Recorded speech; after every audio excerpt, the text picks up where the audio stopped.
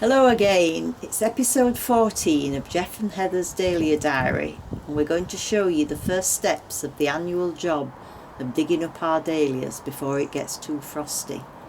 It's late October now and the days are getting shorter and colder and the plants are past their best. Later in the video, Geoff will talk about why and how we chop the dahlias down by 50% a couple of weeks before we start digging them up. But first we're going to show you how we measure and assess each of the varieties that we grow to help us plan for the year ahead.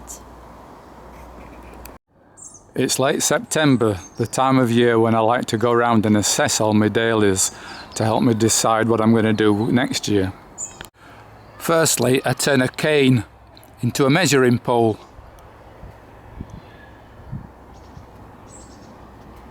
And I go around and measure the height that each dahlia has reached and record it on my spreadsheet. That will help me decide where to place a dahlia next season. Secondly, I assess each dahlia using criteria like how many flowers the plant's produced, how strong the stems are, how nice the colour is, etc. Helps me decide how many of that variety I want to grow next year. This is the first time I've grown Hamari Gold, and I definitely want to grow 2 or 3 next year because it's done well, whereas some others haven't. I usually decide to discard all the ones that immediately go open centred as soon as they open. The ones with floppy stems that aren't strong enough to support the bloom, and any that look a bit sick. Now, to create a tiered effect like this, I need to make sure that I've got several varieties that are going to grow to 7 or 8 feet tall. So, if I were to decide to discard one of my tall growing varieties, I need to make sure I've got extra of the other types that grow 7 or 8 feet tall. This is one of my own seedlings which I've kept because it grows to about 7 feet tall. But realistically, it's not a very exciting flower, and so I'm going to have to discard it, I think, and try and find something better. So I'll have to keep extra of the 7 feet varieties to fill the space this leaves. Now, I have to admit that some of those that I've grown myself and I've kept, I should have discarded a year or 2 ago. I've kept this one because I like the colour. But as you can see, it gets petals that have got white bits on it, hardly perfect, and it's got no depth to it. It's not even water lily shaped. It's a nondescript dahlia really, apart from the colour. So I'm afraid that one's for the compost heap at the end of this season. It's the 1st of October. I'm afraid that the garden is beginning to look a little bit worse for wear now. After a long dry spell when I've been having to water the dahlias every other day to stop them from curling up, we're now suddenly having a wet and windy spell. I've been looking at some of my old videos that I took in October. There's no doubt in some years the garden looked a lot better on the 1st of October than this. But one good thing about a spell of extreme weather is that it enables me to assess which dahlias stand up to the weather and those that don't. This area in the north of England has its fair share of rain and heavy winds. So it's a bit pointless continuing to grow varieties that don't stand up to that sort of weather. So here's a variety that's not stood up to it very well at all, drooping stems. And there are some varieties that have decided to cull, and I've already got them on the compost heap. Get them rotting early. As I've said before, to get a tiered effect like this, it's important that I find varieties that grow tall and stand up to the weather.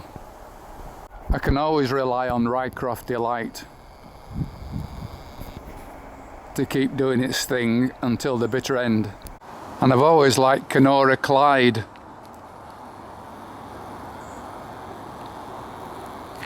But unfortunately, that's the last bloom and it's fallen over, and too many of the others fell over in the wind. It's just not up to it, which is a damn shame. But I'm quite chuffed that one of my own raisins, this yellow and orange cactus, has done well and standing up well to the weather at the back of the border. So I'll definitely be growing more of that next year. Here are the pot tubers in October. As you can see, some of them have grown to nearly 4 feet tall. That's pretty surprising really when you consider that they're planted in 5-inch pots very, very close together. As I've said before, there are about 300 in this patch. Here's a dahlia called Snow Hoe Storm. I've waited all summer for this to actually come into bloom. It's just doing it now. It's quite nice, so I'm going to give it another go next year. On the other hand, other varieties like Cynthia Houston have already come to the end of their season. There won't be any more flowers on this one.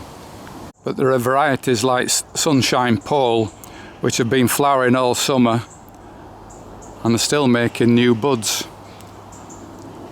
There's a fair chance, I guess, that these will be flowering at Christmas if they got the chance. I'm still wondering what to do with a couple of my seedlings. This white one's quite pretty really, but it's neither here nor there. It's hardly a cactus, but it's not really a decorative either. This pink one has got wonderful stems and it's had loads of flowers, a bit fadey in the sun, and it doesn't reflect round the back of the flower enough for the purist. I know that I ought to throw them away. You're supposed to be cruel to be kind. But when you've been instrumental in bringing them into the world yourself, that's a very hard thing to do. I think I'll compromise and grow one of each next year. It's the 6th of October and tomorrow we're going away for a few days on holiday. So I've been round and I've deadheaded all the dahlias. I have to admit that it's pretty difficult to motivate myself to do this at this time of year.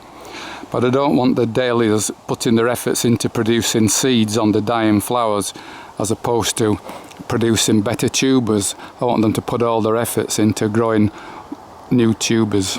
So the compost heap's looking very pretty. When we return from our holiday, I'm intending to half cut the dahlias down so that they're only about 3 feet tall. Though I've been round and deadheaded most of the dahlias, the ones where I crossed to try to get some new varieties, I've left to try to mature. I originally planned to cut these off and put them in water for a few weeks. But the weather's forecast to stay dry for while we're away, so I might as well leave them on the plant to mature. If you watched the previous video, you will have seen me get a paintbrush and take the pollen from one flower and put it onto another one. Well, this is the one. I've been squeezing the moisture out every day and the head seems to be firming up quite nicely, so I'm hoping that there are going to be some seeds in there. But I'm still going to wait and leave it on the plant until it actually goes a golden brown colour before I cut it off. We've now returned from our week away. The garden's looking a bit sad now. But as usual, quite a lot of the dahlias are still looking pretty good. I'm not going to do any more deadheading now. My next job is to take off some of the seed heads that I've been saving. If you watched my previous videos, you might have seen me cross-pollinating some varieties, and this is one of them. These are all seed heads on a variety called Hollyhill Loverboy. I won't know for sure if there are any seeds in here until I open them up, but they certainly feel pretty solid. I could leave them for another couple of weeks to mature on the plant, but because rain's forecast, I've decided that the best thing to do is to cut them off and put them in a vase inside the greenhouse where they can gradually dry out and mature. I'll leave them like this until they go a golden brown colour. Then I'll take them in the house to dry out and I'll then open them up to see what seeds they've produced. In the meantime, the mother plant, now that I've taken the seed heads off, should put all its energy into producing a decent tuber instead of new seeds. Amy Kay is still looking gorgeous.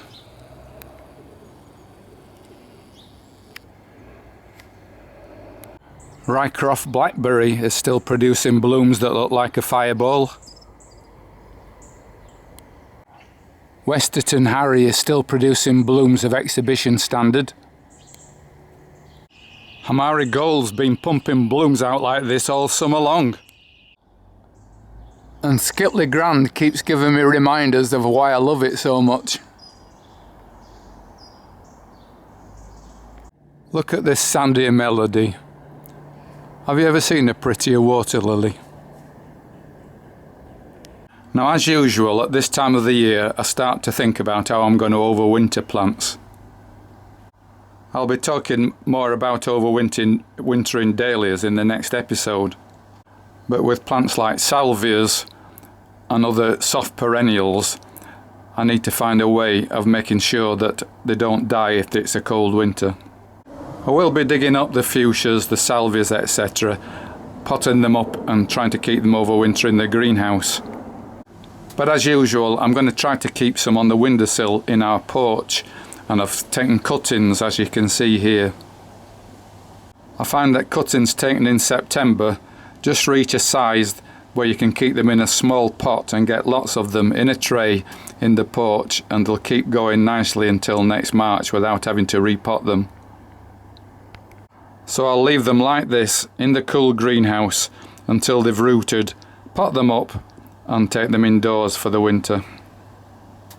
Then, if any varieties were to die in the winter in the greenhouse because of the cold, at least I've got an insurance policy where I can start again next year. This beauty is a dahlia called Maxime. I sent for a tuber from a company on the internet and it arrived in a plastic bag through the post. I took a fancy to it because I liked the way that the orange petals had a contrasting yellow tip. And if you look round the back, it's yellow all the way around at the back. For late October it's doing very well too. The stems are very strong. Recommended. Right, it's late October now and my thoughts are turning towards storing the plants for the winter. As I've mentioned before, I like to dig all my dahlias up and store the tubers in the greenhouse over winter. If you live in an area where the winters are relatively warm and dry, then it's perfectly possible to leave your dahlias in the ground over winter, as long as you cover them up. But we live in the north of England where it's relatively cold and definitely quite wet, and so there's a danger that the tubers would rot if I left them in the ground. Before I actually dig the tubers up, I'm going to cut all the dahlias down by about 50%. I'll explain why later. But before I can get to the dahlias, I need to remove all the salvias that are going to get in the way of getting to the dahlias. I grow lots of varieties of salvias. I find they make a nice contrast to the dahlias. Some of them are probably hardy, but I'm never sure which ones, so I always dig them up.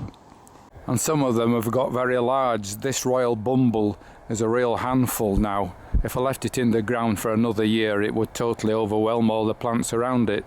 So I'm going to dig it up and try to split it. There it is, out of the ground.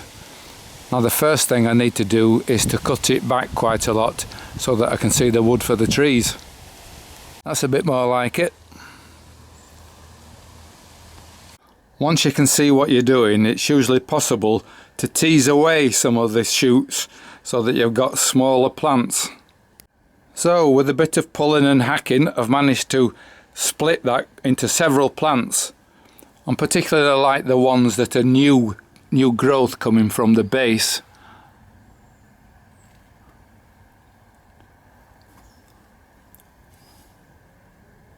And I've also got some more there waiting to be potted up.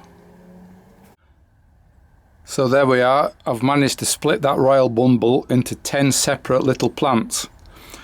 I'll overwinter those in the greenhouse, the cold greenhouse. They'll be fine. In the same greenhouse I'm going to overwinter the hardy nemesia and my fuchsias. They'll be fine in here too.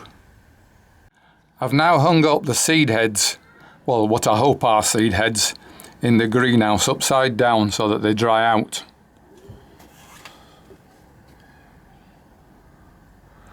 Will they have any seeds in them? That's the question.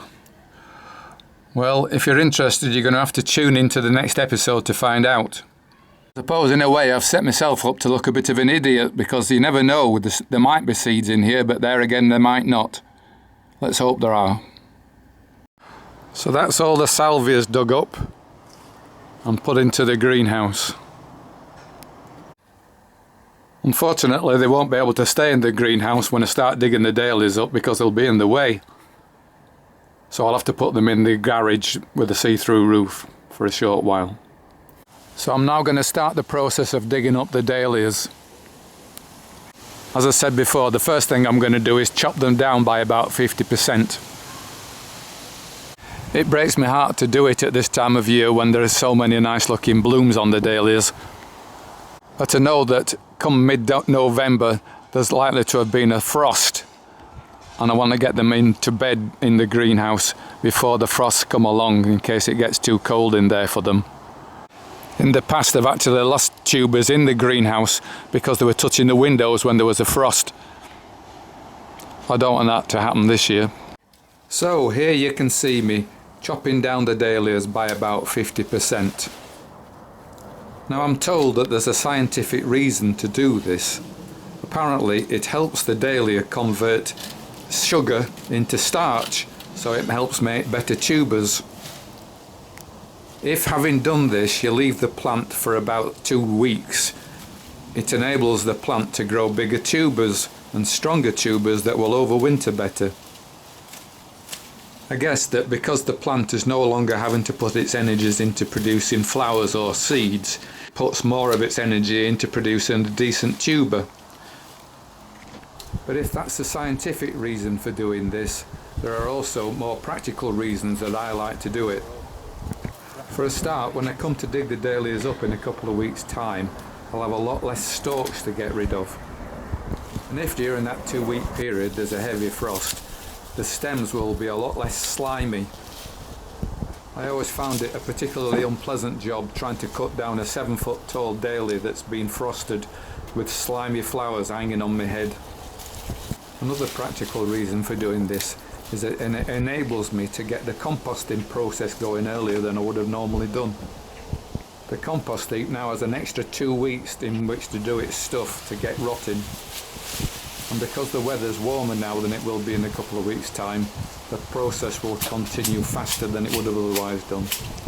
So here I am putting the chopped down dahlia plants onto the compost heap. Over the years I've found that the best compost comes when you actually intermingle different types of plant within the compost.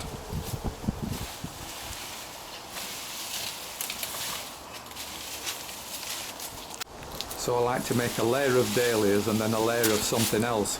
Here I'm using the salvias that I chopped up recently. But I also mix them up with the old bedding plants and the dead leaves off the trees. So that's the first of my compost heaps, full to the brim. One down, one to go. I'm confident that by next May, when I use the compost for putting underneath the dahlias, that this lot shall have rotted down nicely. And covering it up with a bit of old carpet should help keep the heat in so it rots down even faster. So that's the job done. All the dahlias now cut down by 50%. I know, it looks a bit sad, doesn't it? Now, as I said before, I'm going to leave these for 2 weeks before I start digging the tubers up and putting them in the greenhouse. What I am going to do though to make the garden still look a bit nice is to leave these Amistad salvias in place. They've grown to about 7 feet tall. They're still looking marvellous and the bees love them. Fortunately, they won't get in the way when I start digging the dahlias up. I'm going to show you that in the next video next month. I can promise you that the next episode will be an action-packed one, so I hope you tune in.